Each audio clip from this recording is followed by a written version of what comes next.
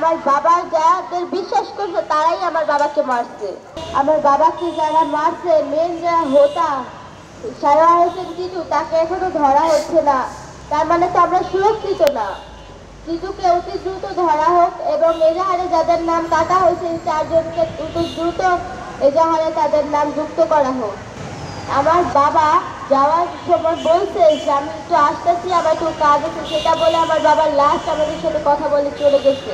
টিটু আমাদের বাসায় আসা যাওয়া করতো, মুমিন আমাদের বাসায় আসা যাওয়া করতো, অনেক সময় কাটাতো, আমাদের সাথে খাবার খাইতো, আমাদের সাথে মানে কথাবার্তা বলতো। আমার বাবার সাথে সবচেয়ে ভালো সম্পর্ক ছিল দুজনের, টিটু আর মুইন। এখন মুইন তো ধরা পড়ছে, টিটু এখনো ধরা পড়তেছে না। আমার বাবা সবাইকে বিশ্বাস করছে, আর আমার বাবা যাদের বিশ্বাস করছে তারাই আমার বাবাকে মারছে।